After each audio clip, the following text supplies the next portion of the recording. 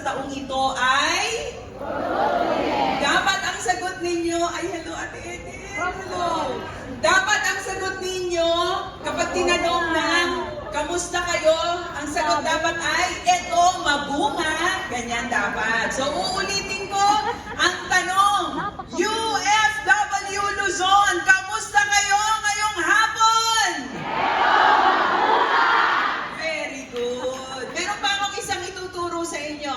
Ewan ko kung naituro ko na sa inyo 5 years ago. Pero sa susunod na mayroong mga musta sa inyo, dapat ang sagot ninyo ay, eto, yumayaman.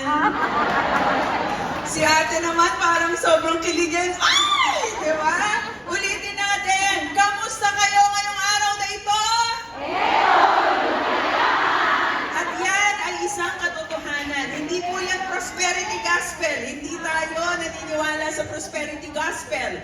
But it is true that if you are in Christ, you are rich. And when you woke up this morning, you are richer. Mas mayaman ka sa kaibigan. Ilan sa inyo nadagdagan ng kaibigan simula kahapon? Taas ang kamay. Ipangako ninyo sa inyong katabi.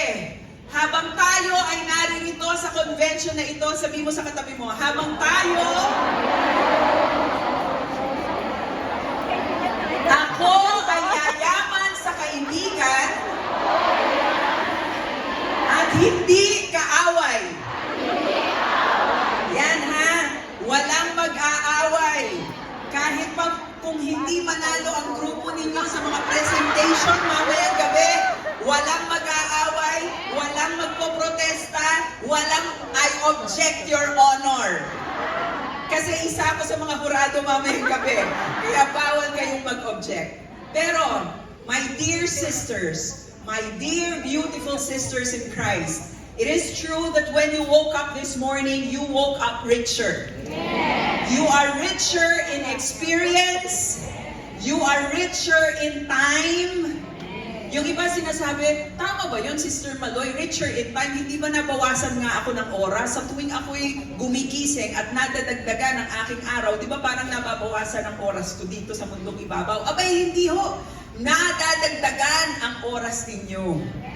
You are richer by a few days and a few hours when you woke up this morning. You will be richer in experience and you will be richer in knowledge if you will not sleep this afternoon. Amen po ba? Sabihin mo sa katabi mo, gusto mo bang yumaman sa karunungan? Huwag mong tulugan si Sister Maloy.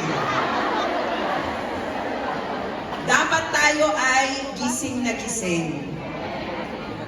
The last time that I was with you, I do not know who were there in Bohol 5 years ago. Sino mga nasa Bohol 5 years ago? Wow, bakit parang mas bumata ang itsura ninyo? Reverse aging? Naglo-low carb diet ba kayo? Parang mas gumanda at mas bumata tayong lahat, hindi ba? So 5 years ago, we were together in Bohol and we had a convention. It was the UFW National Summit, di ba? Naaalala niyo pa po ba kung ano ang tema natin doon sa Bohol? Yung makapagsasabi ng tamang sagot, may libreng picture sa akin mamaya. Ano yun? Ay, dapat kompleto, hindi pwedeng 1 word lang. 2 words yun. Awesome Radiance, correct. That was the theme 5 years ago. Awesome Radiance. And after 5 years, praise the Lord! We are all together again. Face to face for this regional summit. I do not know how many times this was postponed or rescheduled because of the pandemic, because of the lockdowns. But praise the Lord because after 5 years, we are all together again. Sabihin mo sa katabi mo, kasaysayan itong ginagawa natin. This is historic. Because for many, many years, 5 years, hindi tayo nagkita-kita ng face-to-face. Meron siguro maliliit na mga pagtitipon at pagsasama-sama. Pero dinala tayo ng Panginoon sa lugar na ito. Maganda ang panahon, maganda ang lugar, at magaganda ang iyong katabi. Purihin ang Panginoon. Salamat po, Panginoon. Naalala ninyo, noong 2018, isa sa aking mga marugdog na prayer request. Ayan o, yung mga pictures natin sa buhon. Nakita niyo yan? May chocolate heels tayong picture. Pagkatapos, nagsuot-suot pa tayo ng corona at saka gown. Kagabi, anong suot ninyong costume? Hawaiian. Kaya hindi ako pumunta kagabi, wala akong lakas ng loob na mag-Hawaiian costume. Pero yan tayo, 5 years ago doon sa Bohol. Yan yung mga speakers, pagkatapos naroon kayo. Napakagandang tanawin, napakagandang karanasan. But it was also in 2018, marami sa inyo, ipinanalangin ninyo ang aking nanay. Because that year, she was diagnosed with cancer. It was an advanced stage.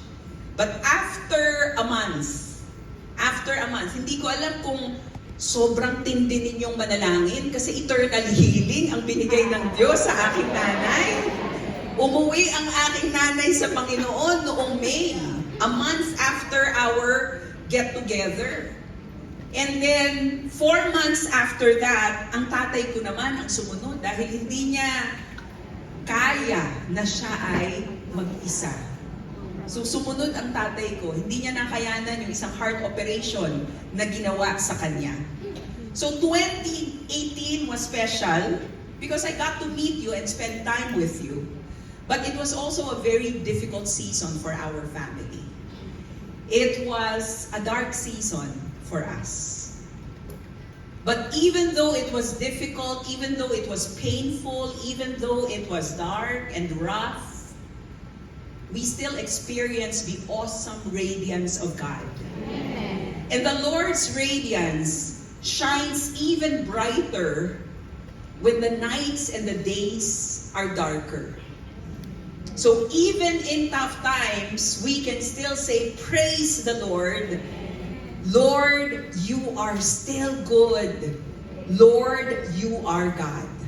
Amen. And what happened after a few years? After 2018, ano ang nangyari? In 2020, the whole world went into a dark period and phase because of the pandemic. All of us experienced losses. I wouldn't be surprised if in this hall, there are families who lost loved ones. Maaaring yung ibang mga nakasama natin sa Bohol 5 years ago, hindi na natin kasama ngayon dahil umuwi na sa Panginoon noong panahon ng pandemya. We went through a lot of difficulties, a lot of losses, a lot of painful experiences, anxiety, worry, fear, because of the pandemic. At ngayon, na medyo nagbabalik na sa normal ang buhay natin, if you have been following the news and if you have been reading the news, alert number 1 na naman ang Metro Manila. Maaaring ang ilan sa inyong mga lalawigan ay nasa alert 1, alert 2. Hindi natin alam kung ano ang mangyayari. Hindi natin alam kung magkakaroon pa ng susunod na mga regional summits sa Visayas at saka sa Mindanao. We do not know. But what we know is that God is a good God. Amen. And God is able to cause us to live fruitful lives even though we are facing deserts and storms and valleys and darkness. Purihin ang Panginoon dahil kahit na may mga pagsubok na hinaharap, maaari kang maging mabunga. Sabihin mo nga sa katabi mo, mabunga.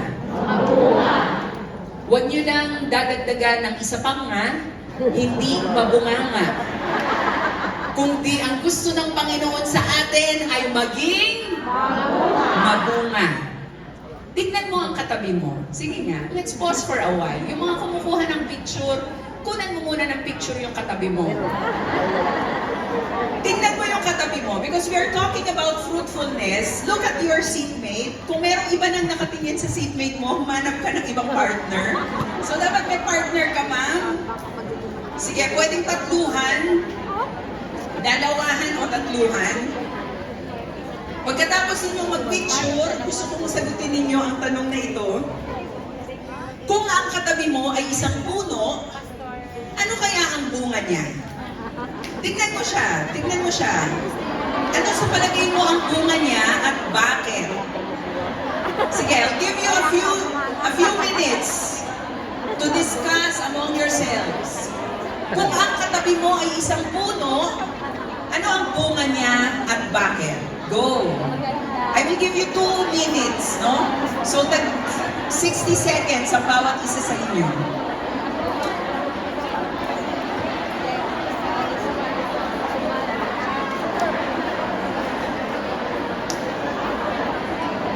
Seatwork yan, seatwork. Kaya mag-usap kayo. Kasi ako'y bababa dyan at magtatanong ako sa inyo.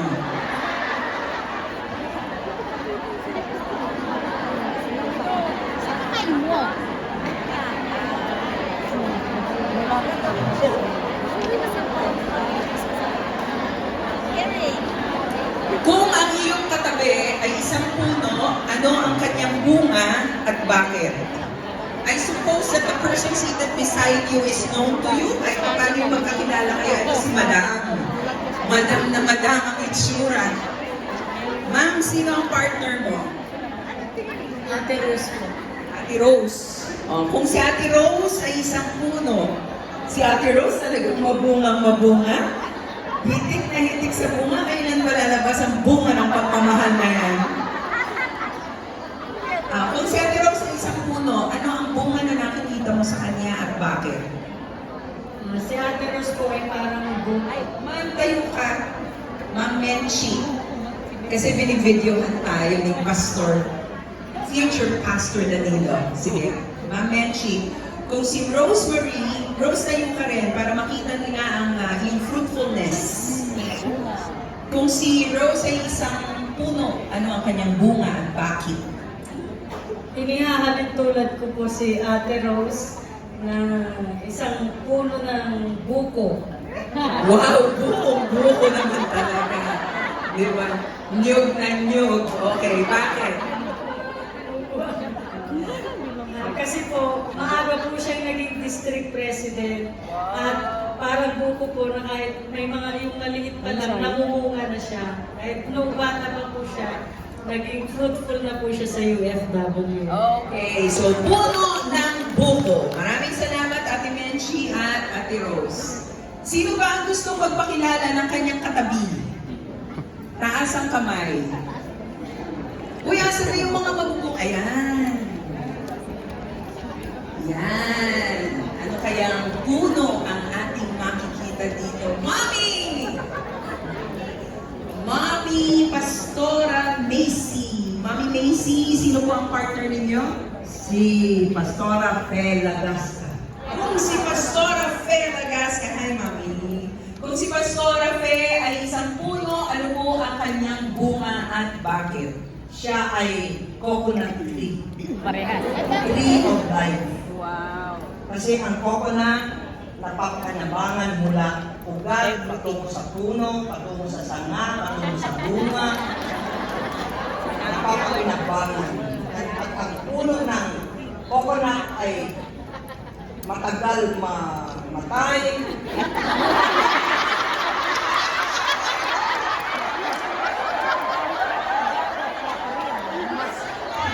Matibay ang buhay.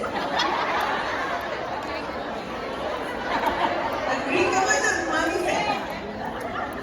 Eh si Pastora Macy, ano pong puno?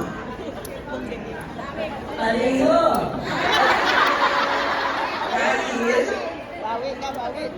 Dahil mataas, matangkad, puro matibay, ang kanyang bunga, maraming gamit, at siya ay ano? pinagal.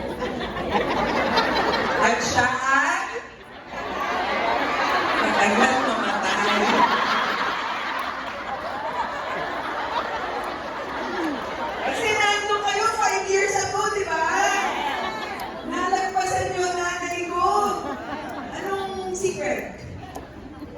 buko.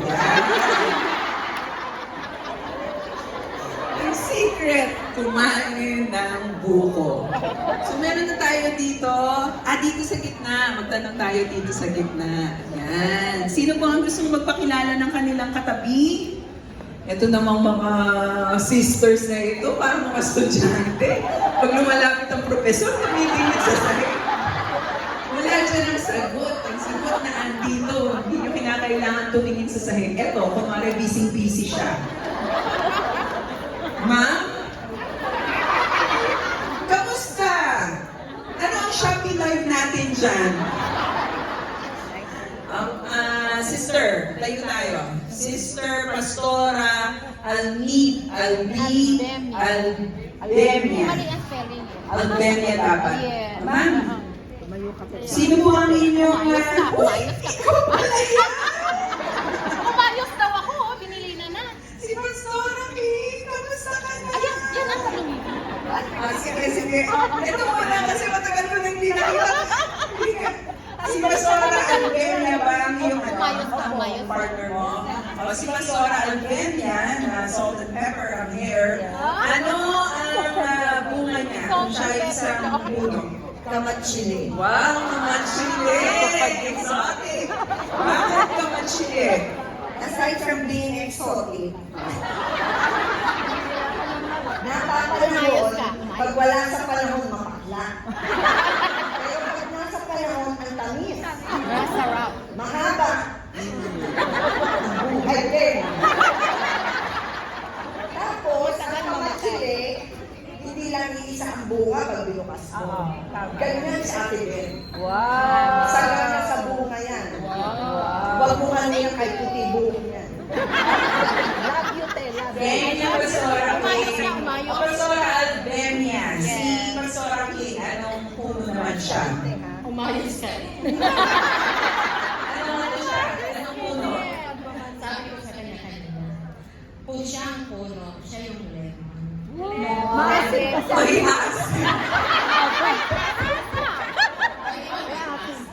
At the same time, healthy yan. Marami pong may mga karamdaman, hindi lang hanap.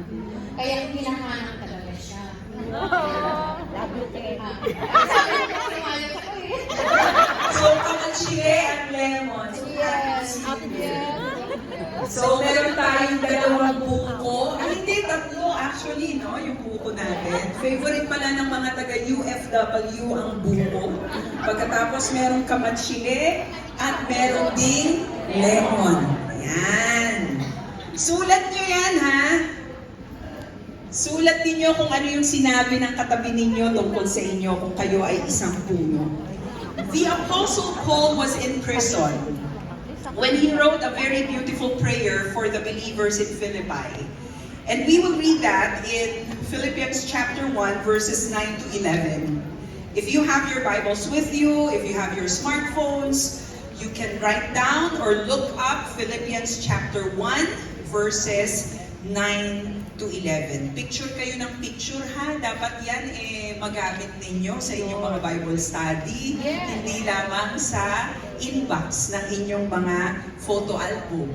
I hope that you will share this with your family, with your Bible study groups, and also with your church.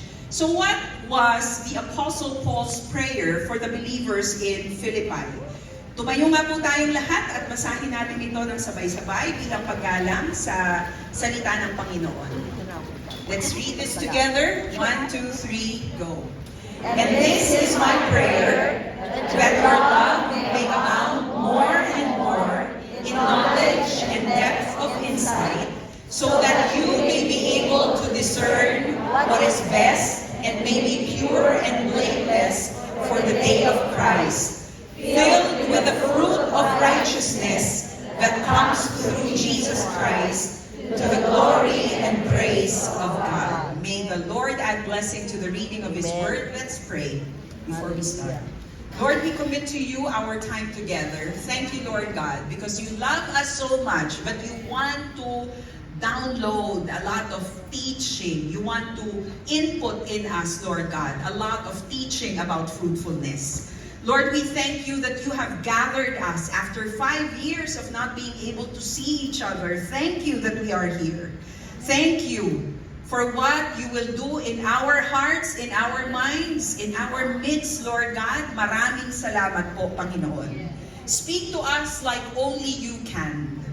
I pray, O Father, that the Holy Spirit will move so powerfully so that those who need to be convicted will be convicted. Those who need to be corrected will be corrected. And those who need to receive from you will receive what you have prepared for them so specially.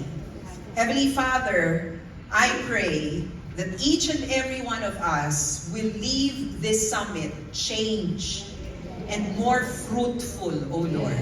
We pray this in Jesus' name. Amen. Amen. Tayo po ay makakaupo na. Ang Philippians ay isa sa 4 na sulat ni Apostle Paul noong siya ay nakakulong. So imagine, he was in prison. Kapag tayo ay merong pinagdaraanan, di naman natin masyadong naiisip na yung ibang tao, di ba? Nakafocus tayo doon sa pinagdadaanan natin kasi tayo ay nahihirapan, tayo ay may problema. And we are expecting other people to come alongside us. But with the Apostle Paul, it was different. He was in prison, and yet, still top of his mind were the people he reached out to, the people he shared the gospel with. Still top in his mind was to disciple these believers in the different places where he went.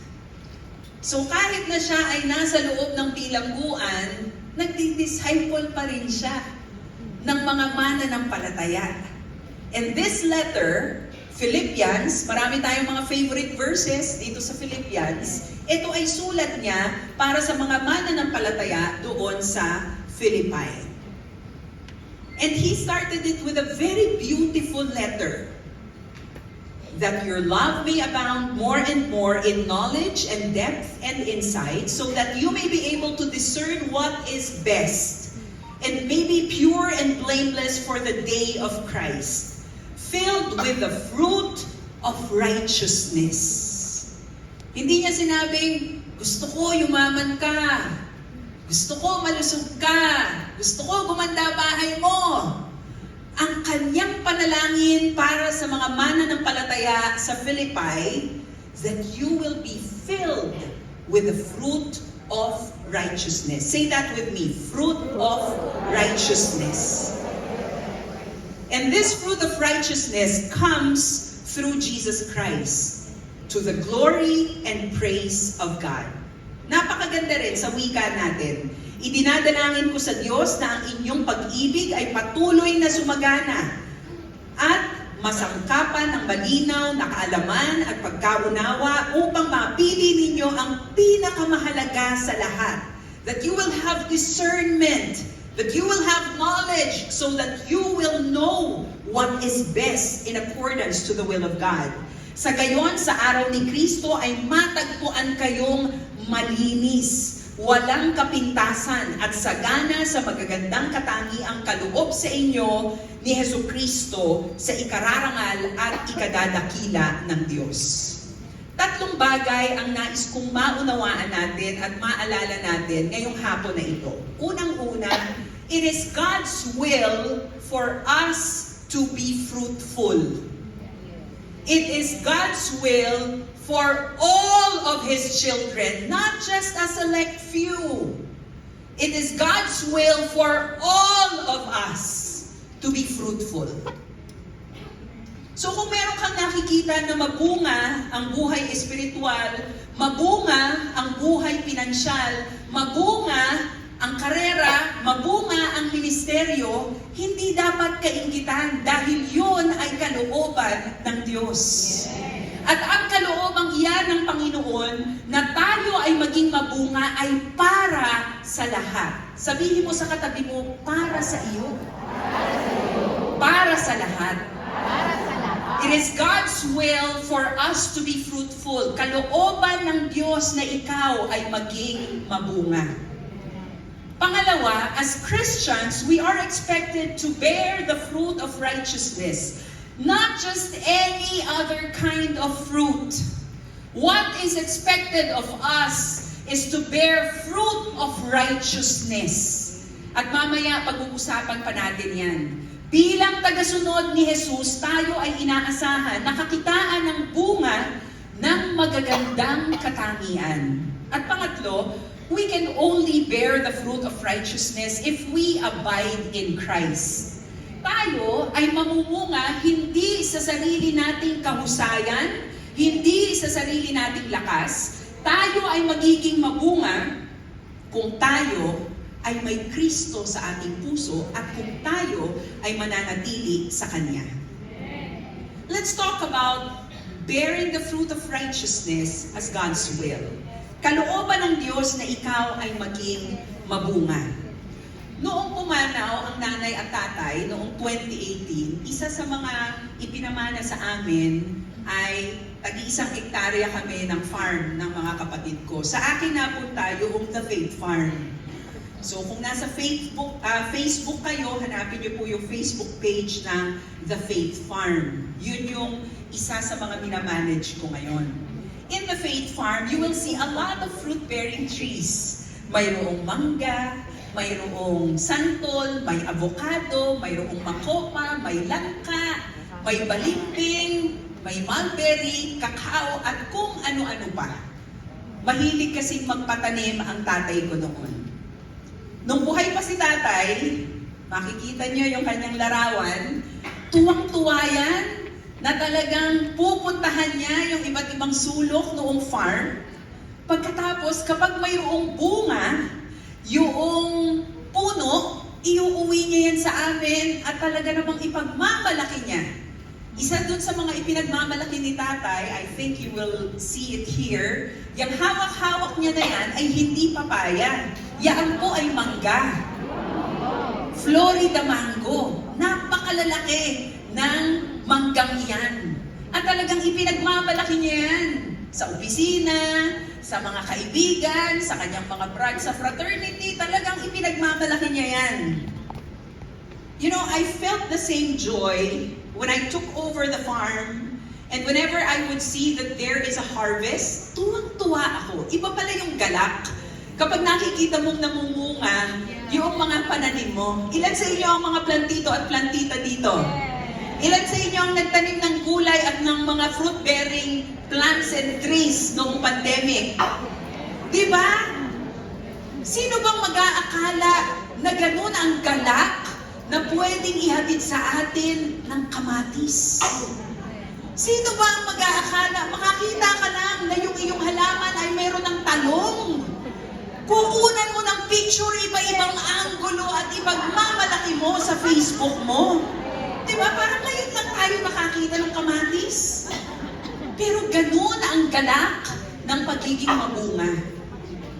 So imagine the joy and delight of God whenever He sees you bearing fruit. The Lord delights in our fruitfulness because that is how He intended us to be. Ayaw ng Diyos na maging tigang tayo. Ang gusto ng Diyos, tayo ay patuloy na mamunga habang tayo ay humihinga.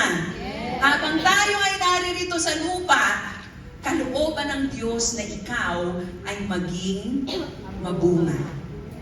Fruitfulness brings delight to God. Kung papaanong tayo ay natutuwa, makita mo lang may bulaklak, pagkatapos yung bulaklak, slowly, it forms into a fruit or a vegetable. Di ba? Ang saya-saya. Ganun ang tuwa ng Diyos.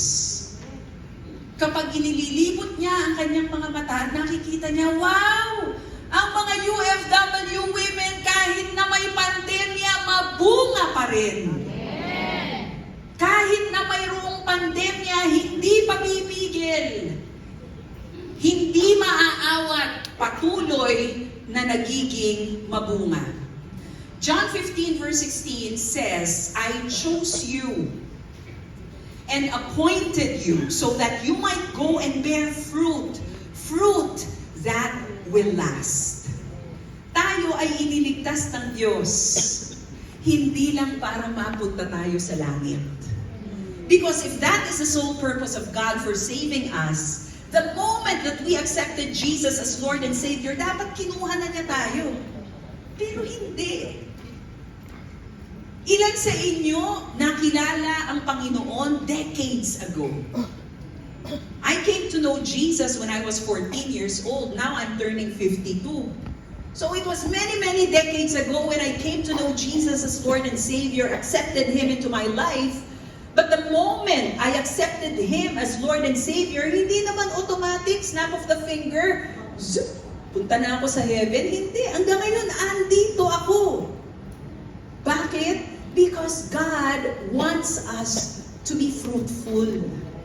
Gusto ng Diyos na tayo ay maging mabunga. He saved you not just to bring you to heaven. He saved you so that you can bring a piece of heaven here on earth while you are still alive. Langit ba ang kinaroroonan mo para sa iyong pamilya dahil naroon ka? O langit ngayon sa bahay ninyo dahil wala ka?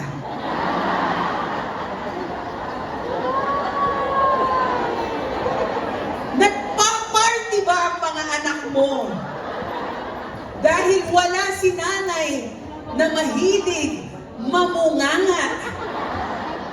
Imbis na mamunga. Remember that, my dear sisters. And this is something that we need to take seriously. This is something that we really need to apply, internalize, and embrace. Hindi ka iniligtas ng Diyos para lang mapunta ka sa langit. Iniligtas ka ng Diyos para mamunga ng katuwiran so that wherever you go, a piece of heaven goes with you and people experience a glimpse of heaven while they are here in this world. Kalooban ng Diyos na ikaw ay maging mamunga, hindi tumunganga. As Christians, we are expected to bear the fruit of righteousness. Not just any kind of fruit, but the fruit of righteousness. Kwento ko kanina, no, kapag nakakakita ako ng bunga doon sa aming mga puno, tuwan-tuwa ako, nagagalak, lumulukso ang puso ko.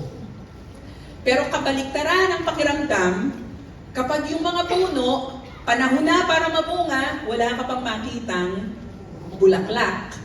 Wala ka pang makita na senyales na sila ay mamumunga. Hindi ako madalas pumunta doon sa aming farm. So magtatanong ako sa aking mga staff doon, may bunga ba yung avocado? Wala po, ma'am. Kamusta yung durian natin? Lumaki ba? Ay parang bubot lang po, hindi lumaki. So merong hatid na lungkot yung ganung mga balita. Ganon din ang nangyayari sa ating mga mananampalataya kapag tayo ay hindi namumunga. Malungkot, nakababahala, kapag hindi namumunga ang puno na dapat ay may bunga. I'm sure the pastors here experience that. You have been pastoring your churches for a long, long, long time. Hindi lumalago. Hindi natututo ang mga tao.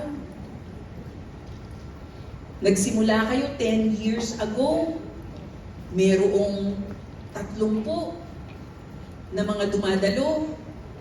Lumipas ang maraming taon, yung 30, nangaunti, nangalahati. Nagpandemya, nagsara ang simbahan. May mga ganyang istorya. I do not know with Foursquare if there were churches who closed down. But in other places, merong mga simbahan na nagsara dahil sa pandemya. Baliktad, hindi ba? Yes, the pandemic brought us a lot of challenges, a lot of uncertainties. But during tough times, we, as salt and light, should shine even brighter. We, as believers, should bear more fruit, even if we are going through tough times. We are expected to bear fruit. A fruit-bearing tree is expected to bear fruit. A vegetable-bearing plant is expected to bear a vegetable. Kapag ito ay hindi namunga, may mali, mayroong kulang. A follower of Jesus is expected to bear fruit of righteousness. Kapag hindi ito kinakitaan ng bunga ng katwiran, may kulang. At maaaring pagdudahan pa natin, tunay nga kayang Kristiyano siya? Tunay nga kayang si Kristo ay nananahan sa buhay niya? Dahil kung si Kristo ay nasa iyo, dapat halata. Hindi pwedeng hinuhulaan, Christian kaya siya o hindi? Parang hindi naman. Tapos magugulat ka, biglang magtatagpo kayo sa loob ng simbahan. Kristiyano pala. The fruit of righteousness is the outgrowth of righteousness. It is the result of righteousness in our hearts. Hindi naman pwedeng buksan ang ating mga puso para makita kung si Kristo ay nariyan. Kaya kinakailangan halata. Sabihin mo sa katabi mo. Kung natutulog, hayaan mo lang. Hayaan mo siyang magpahinga sa presensya ng Panginoon. Pero kung gising, sabihin mo sa kanya, kung Kristiyano ka, dapat may resibo. Kung ikaw ay Kristiyano, dapat may ebidensya. Kung tayo ay tunay na Kristiyano, dapat may bunga. At ang bunga ay bunga ng katwiran. Halata sa pag-iisip, halata sa pananalita, halata sa pamumuhay o sa gawa. Kung tayo ay Kristiyanong tunay, dapat halata sa pag-iisip. Ano ang sinasabi sa Philippians chapter 4, verse 8? Whatever is, basahin natin ang sabay-sabay, whatever is true, whatever is noble, whatever is right, whatever is pure, whatever is lovely, whatever is admirable, if anything is excellent or praiseworthy, think about such things. Ang Kristiyano, kahit na ilagay mo sa napaka-dire na situation, napakahirap na pagsubok, meron at merong makikitang kabutihan at kagandahan sa sitwasyong iyon. Dahil ang tagasunod ni Kristo, kung mag-isip, ay kakaiba. Kung mag-isip, ay hindi naaayon sa kung ano lang yung sikat at popular. Habang ang lahat ay nagtitiktok, kayo ay nagpe-praise and worship. Habang ang lahat ay natatakot, kayo ay nananalangin. Habang ang lahat ay nagtatago, kayo ay sumusulong at umaabante because you have the fruit of righteousness given by Christ in you. Dapat halata. Halata sa ating paraan ng pag-iisip. Halata sa ating paraan ng pananalita. James 3:9-10. With the tongue we praise our Lord and Father, and with it we curse human beings who have been made in God's likeness. Out of the same mouth come praise and cursing. My brothers and sisters, this should not be. Ilan sa inyo kapag nagugulat, mapalamuti ang mga salitang namumutawi? Ilan sa inyo kapag kinat, yung mga nagmamaneho dito, kapag kinat kayo ng ibang sasakyan, di ba? Hindi man nagmumura ang bibig, ngunit ang busina, parang pinapatay at sinasaksak na yung nangkat sa inyo. Kamusta ang mga post ninyo sa Facebook? Kapag binasa ba, halatang tagasunod ni Kristo? O wala nang pinagkaiba sa komento at sa mga sinasabi ng ibang tao? Do you simply join the bandwagon? Or do you sing to a different beat of the drum? Are you simply joining what is popular? Or you make a stand for what needs to be called out? Iba mag-isip, iba magsalita. Halata ang bunga ng katwiran, halata ang bunga ng magagandang katangian. It is not enough that we think differently or that the fruit of righteousness will be seen or reflected in our speech. Dapat halata sa gawa. Sabi mo nga sa katabi mo, halata sa pag-iisip, halata sa pananalita, halata sa gawa.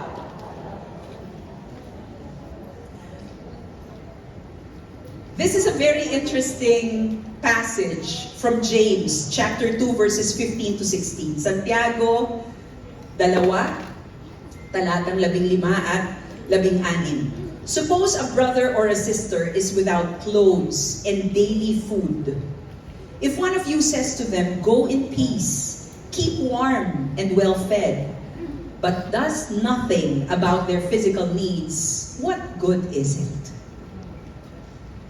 How many of us are guilty? You see someone in need and you tell that person, "I'm gonna pray for you," but you do nothing. When that person is your neighbor, and it is so convenient for you to go out of your house to reach out and do something for that person. It is not enough that we say, "I will pray for you," when you can be the answer to that prayer. It is not enough to say, "The Lord is good," when the goodness of God can flow through you. It is not enough to think differently, to speak differently. We need to live differently. Showing the evidence of the fruit of righteousness in our lives. We have a prayer group. It's called Lord Heal Our Land. Some Foursquare women are in it. We pray every day for our nation. We pray that the Lord will heal the Philippines from corruption, from injustices. We pray that the Lord will truly transform this nation to become the Christian nation that it claims to be. But I realize the answer to that prayer lies in us, His children, His daughters, His followers. Nakakahiyang maging Kristiyanong bansa at napaka-corrupt ng bansa natin. It is something that we should not embrace and take as a norm. It is something that should outrage us. It is something that should make us angry. Dahil hindi bagay sa isang Kristiyanong bansa ang maging corrupt na bansa. Nasaan ang ebidensya ng pagiging Kristiyano kung ganito ang sitwasyon natin? Hindi lapat, hindi swak, walang ebidensya ng bunga ng katwiran at kabutihan ng Diyos. It should not be an excuse that we are a poor nation, because in the first place, we should not be poor. Because the Lord has blessed us with so much riches. Go to Mindanao and you will see how rich that island is. Go to Visayas and you will see the most beautiful beaches in the world. All over our nation are very talented, creative, and gifted people. Why are we still a third world country?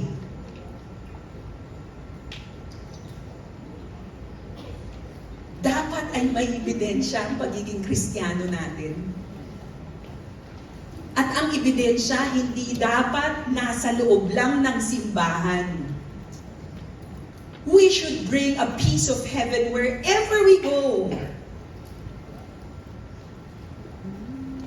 And bear the fruit of righteousness.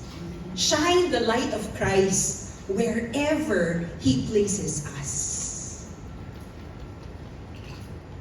God wants us to think differently, to speak differently, and to live differently. Hindi natin kayang mamunga ng katwiran kung wala si Kristo sa ating puso. It is something that we cannot do on our own because none of us is righteous. Romans chapter 3 verse 10, there is no one righteous, not even one. Kahit na mukhang anghel, tingnan mo ang katabi mo, mukha ba siyang anghel? O mukhang fallen angel? Kahit ba mukhang anghel ang iyong katabi? Kahit ba mukha siyang saint? Kahit ba kamukha niya si Gloria Diaz? Nung bata ako, ay hindi, Gloria Romero pala, no? Nung bata ako, pag nakikita ako si Gloria Romero, tapos napapanood ko siya, black and white pa yung TV, sabi ko, kamukha siya ni Mama Mary. Di ba? Yung itsura niya talagang parang birhen na birhen. Kahit pa, mukha siyang anghel o santa. No one is righteous, not even one. Hindi natin kayang maging righteous on our own. We need Jesus. Doon nga sa prayer ni Apostle Paul, di ba? Balikan natin yung prayer. Ano yung sabi doon sa prayer? Filled with the fruit of righteousness that comes through Jesus Christ.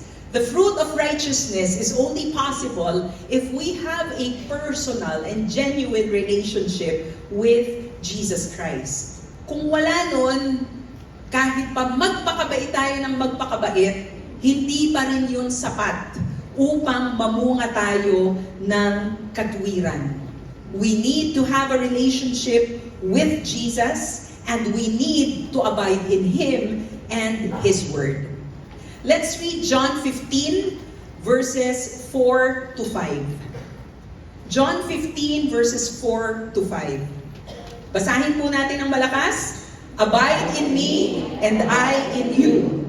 As the branch cannot bear fruit of itself unless it abides in the vine, so neither can you unless you abide in me. I am the vine, you are the branches. He who abides in me and I in him, he bears much fruit, for apart from me, you can do nothing. We can only bear the fruit of righteousness if we abide in Christ. And what does that mean? Patingin nga po ng inyong mga cellphone. Taas nyo nga yung mga cellphone ninyo. Ano ang meron ng cellphone ninyo? Bakit yan buhay? Bakit yan gumagana? Kasi meron siyang baterya. Diba? Pero kahit na may battery ang cellphone, kung hindi naman ito na-charge, hindi pa rin ito gagana at hindi ito magiging kagamit-gamit. Pero kahit na meron kang charger, kung walang baterya, hindi mo pa rin may charge at hindi mo pa rin siya magagamit. So the same is true with the fruit of righteousness. Jesus is like our battery. So the cell phone will only work if you have the battery. A believer can only be a believer, a Christian can only be a Christian if Christ is in her or in him. But even if you have accepted Jesus as your Lord and Savior, but you are not connected to Him, consistently, constantly, walang charge. May battery ka nga, pero walang charge, wala pa rin power ang iyong cellphone, hindi mo pa rin siya magagamit. Bearing the fruit of righteousness is only possible if we have a personal relationship with Jesus. Living a fruitful life is only possible if we abide in Christ and His Word. Si Kristo ba ay nasa puso mo? I do not want to assume. I know that this is a conference of Christian women. Many of you are pastors and many of you have been in the ministry for a long, long, long time. But I do not want to assume. Because it is a fact that some may be born in a church but never really had a real encounter with Jesus in a personal level. So if that is you and you realize just now, naku, ako yun. Cellphone ako pero wala akong baterya. Part ako ng United Foursquare Women, pero hindi pala ako united in Christ. If that is you, you need not be ashamed. Because you are so special, God brought you here so that you can have an encounter with Him in a very personal and deep way like you have never had before. Kaya ka naririto ay nais ng Diyos na maunawaan mo, wala ka pa palang ugnayan sa Kanya. What you have is a church, but you do not have a Christ. It is never too late to make that decision today. Maaaring tinanggap mo na si Jesus sa buhay mo, pero kamusta ang iyong connection sa Kanya? How is the signal? Is it choppy? Is it intermittent? Minsan malakas, minsan nawawala. If the Lord brought you here today, I believe it is to tell you, I love you so much. I want you to experience a stronger connection with me. Because what you have now is good, but what I have to offer is far better than what you are experiencing now.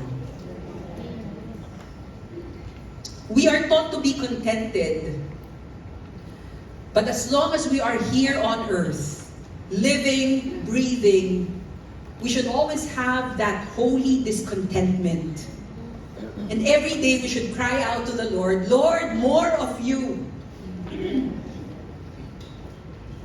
More of Jesus in my life, O Lord. More of the Holy Spirit in my life. Because you will be amazed.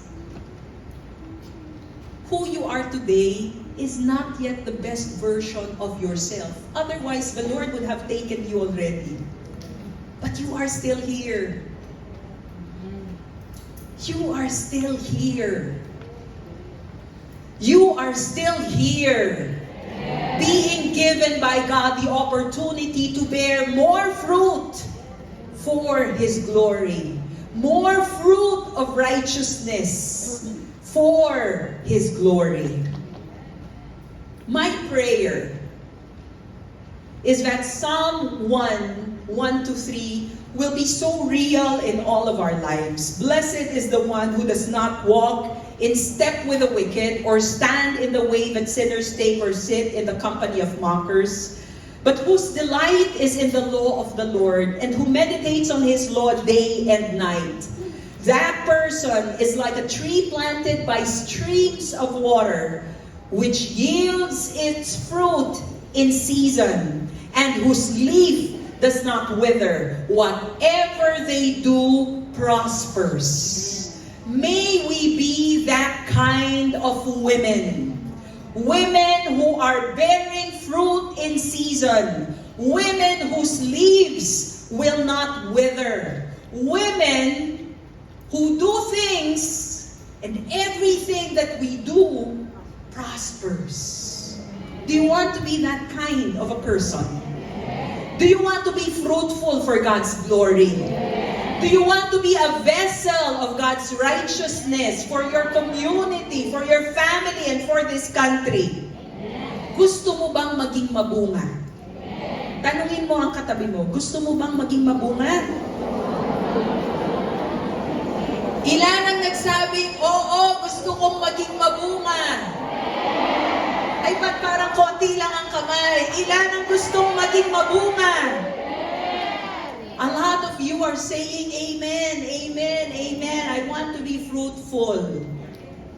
But for us to be fruitful, Christ has to reside in our hearts. And once He resides in our hearts, the journey does not end there. We need to abide. We need to abide. Whatever the season is, face-to-face, online, may pandemic o wala, may sakit o malusog, abide, abide, abide. Abiding requires consistency. Abiding requires intentionality. Abiding requires sacrifices. You want to sleep, but you want to abide in God's Word. And so even if you are sleepy, you will wake up. Not now. But you will wake up early every day so that you can abide in God's Word. Abiding means continuity. Kahit na hindi mo naiintindihan ang ginagawa ng Diyos sa buhay mo, patuloy kang kakapit, patuloy kang maniniwala, patuloy kang lalakad. Kasama ang Panginoon. Abide if you want to be fruitful. Abide in Christ. Abide in His Word. Abide in God. Kasi kung hindi tayo mananatili, hindi tayo mamumunga. Kung hindi tayo kakapit, mabilis tayong mabubuwal. Mabilis tayong mapapagod. Mabilis tayong aayaw. Mayroon akong 2 puno ng mulberry doon sa aming maliit na garden sa Quezon City. Galing yun sa cuttings ng mulberry doon sa farm namin sa Padre Garcia. Now the mulberry, if we can show the picture again, Aldous, the mulberry, it's not a very big tree. And like the grapes, the more you prune it, the more it bears fruit. Si Marisa, Taiko, bought some mulberry cuttings from me. At yung kanyang mulberry, ang dami-dami na rin naging bunga. Tuwa-tuwa ako dyan sa mulberry na yan kasi hindi naman ako green thumb. Madalang akong makabuhay ng mga halaman. Pero ito, kahit hindi mo masyadong alagaan, mabubuhay at sadyang mamumunga. Basta i-prune mo lang ng i-prune. But when you cut the branch, kung hindi mo siya ipupunla, kung hindi mo siya itatanim, matutuyo, mamamatay. The same is true with us. Hindi tayo dinisenyo para maging lone ranger. Tayo ay dinisenyo to be part of a community. We were designed as branches to always be connected to the vine who is Jesus Christ. Bearing the fruit of righteousness is only possible if we have a personal and genuine relationship with Jesus. And living a fruitful life is only possible if we abide in Christ and His Word. The person who meditates on His law day and night, the person who delights in the law of the Lord. Anong ibig sabihin ng delights in the law of the Lord? Kagalakan mo na aralin, basahin, kabisaduhin, at isabuhay ang salita ng Diyos. Di ba? When you delight in something, those of you who are delighting in K-drama, anong mga pinapanood yung K-drama ngayon? Tapos nyo na ba ang Glory? Natapos nyo na? Di ba? Yung hindi ka makatulog hanggat hindi mo natatapos, sana ganun tayo sa salita ng Diyos. Sa salita ng Diyos, kinatutulugan natin. Parang page 1 pa lang tayo, tulog ka na. Samantalang ang mga K-drama, Kahit na pumipikit-pikit ang mata mo, talagang pipilitin mong dumilat matapos mo lamang yung episode 60 na yan. Sana ganun tayo sa salita ng Panginoon. We delight in the Word of God. Na hindi tayo mapigil-pigil hanggat hindi natin nababasa ang Biblia natin cover to cover. Hanggat hindi natin nakakabisa ang salita ng Panginoon, hindi tayo matitigil. Dahil we delight in the law of God. And delighting in God's Word does not only mean reading it, studying it, or preaching it. Delighting in the Word of God means you live it out. Isinabubuhay.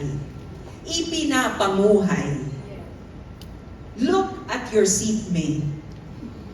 Halata ba sa kanya ang salita ng Panginoon? Ay, halatang halata, Sister Maloy.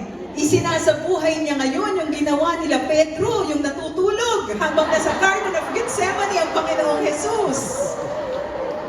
Halatang halata, Sister Maloy. May we delight in the law of God.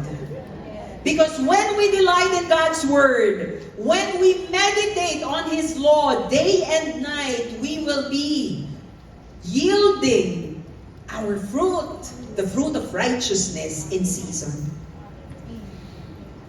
And this is regardless of what age or season you are in.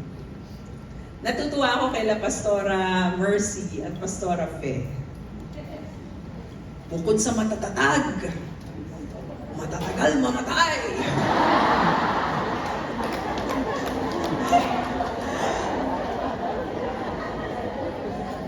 I am really very happy to see you again.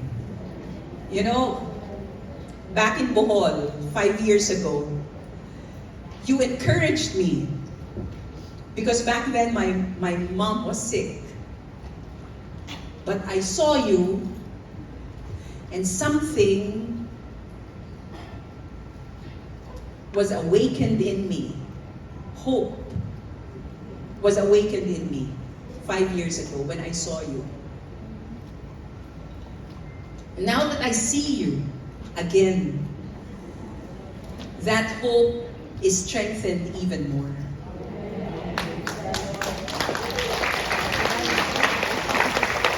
I am so inspired and encouraged to see you still serving the Lord, still very strong, and still bearing fruit for God's glory. Paglaki ko, gagayahin ko kayo. Matagal, matagal.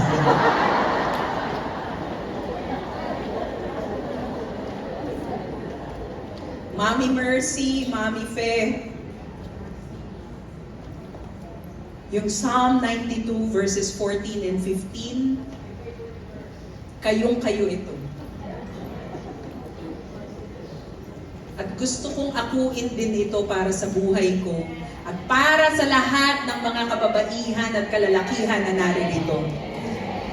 They shall still bear fruit in old age. They shall be fresh and flourishing.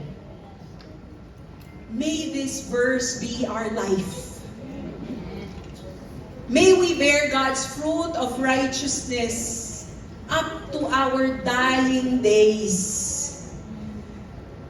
May the Lord find us faithful. May the Lord find us faithfully bearing His fruit of righteousness for His glory and glory alone. I do not know what season you are in your life right now, in your journey with God. Some of you look tired. I am tired. I drove from Quezon City to Santo Tomas, Batangas, all by myself. I lacked sleep because my daughter was in the hospital for a week prior to our conference today.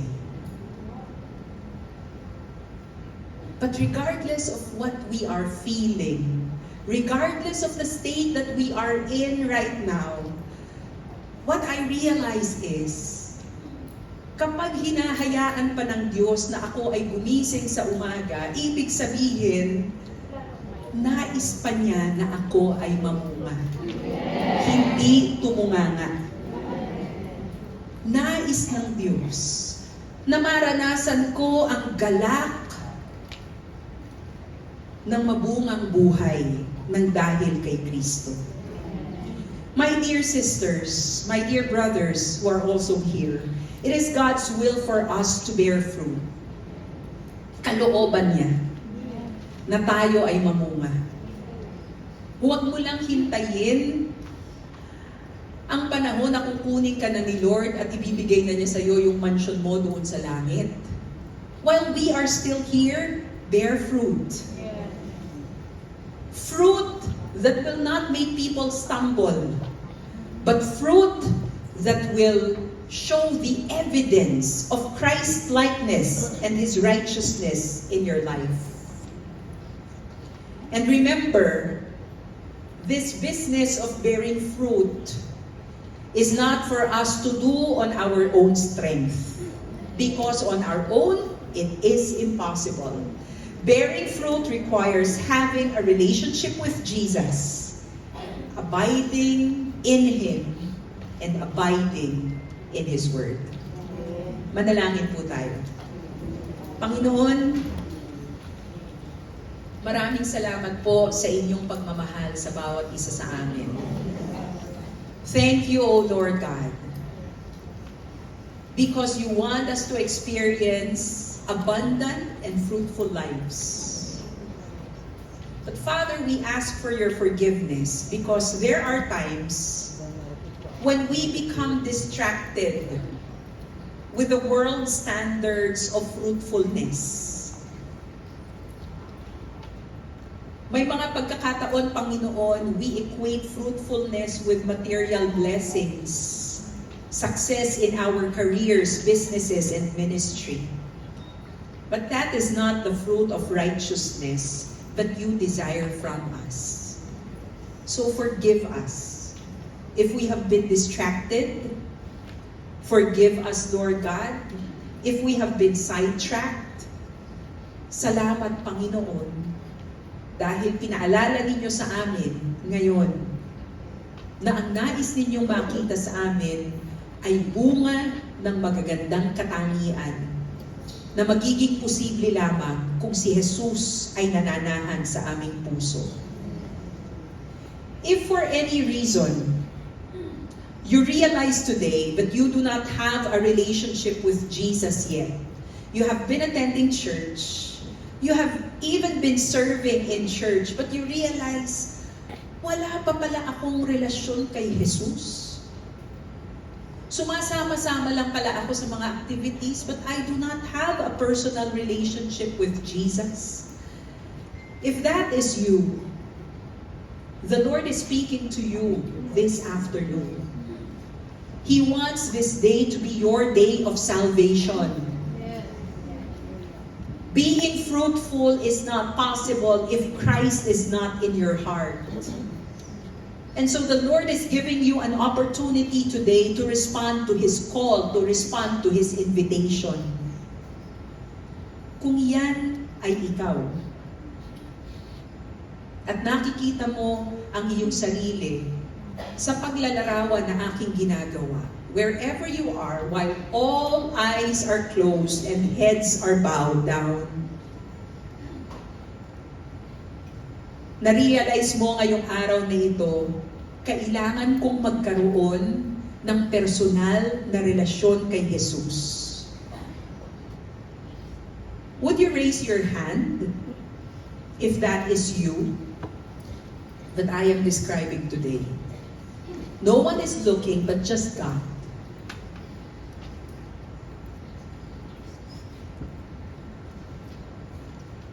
The Lord is here in our midst, and He does not want anyone to perish. He does not want anyone to be left behind. He so loved us that He is inviting us into a personal relationship with Him. I could see some hands raised. Praise God for you. Those are beautiful hands and hearts before the Lord. Would you pray this prayer with me? Panginoon, kinikilala ko na hindi ako magiging mabunga kung wala ka sa buhay ko. Kaya sa araw na ito, tinatanggap kita, Jesus, bilang aking Panginoon at tagapagligtas.